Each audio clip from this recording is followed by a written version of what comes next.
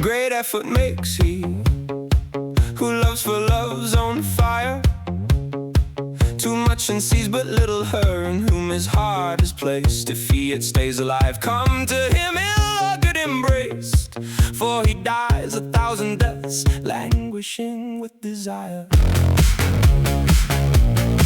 Since the ill slays him, through the good he hopes always, and the good through better, so fiercely does he yearn its way. So no pure lover lives without grievous martyrs pyre. Once from the sight of his lady he has no leisure.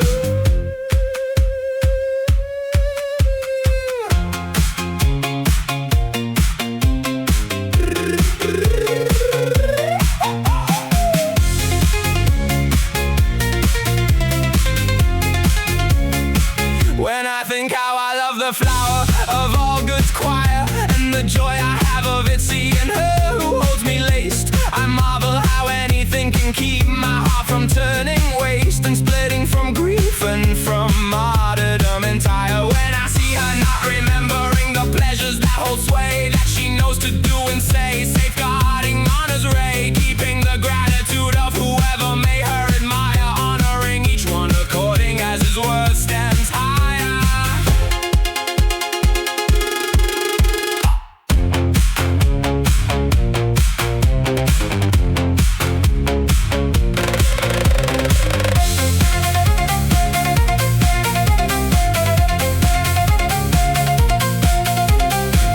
Slay myself in torment with grief's umbrella, for the joy that keeps me distant and mercy brings no haste. Yet in my own regard I should not cry complaint misplaced, for since I am hers she well may, if she please my life expire. And if she slays me she wrongs me not in any way, for the harms I take all, but for this I plain and pray, that loving I could no more her pleasures do nor inspire, nor she could find a lover so faithful to her desire.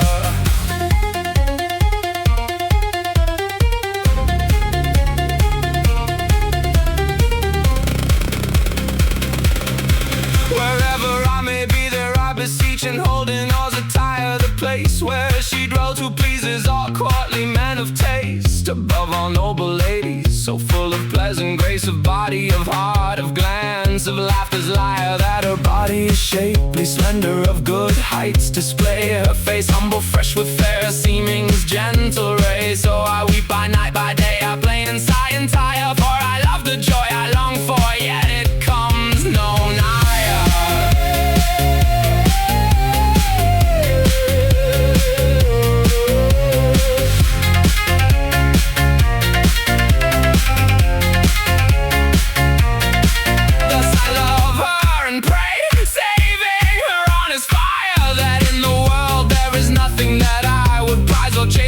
A person or her worth might lesser be or base, I would rather die than God should on me look with ire.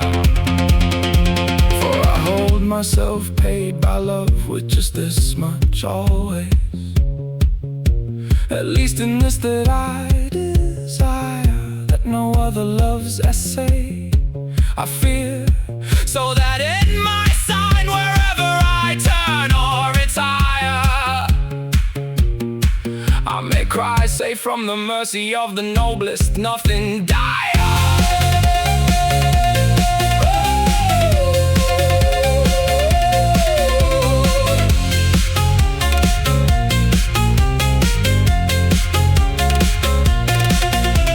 Never do I stand so close to another lady's grace, that she whom I love is not in the midst, for that reason's trace. Great effort I make not if another love I not desire, for who leaves gold for tin does foolishness entire. Apart from other loving I endure too grievous a martyr's place, for I love too much and see but little the noblest faith.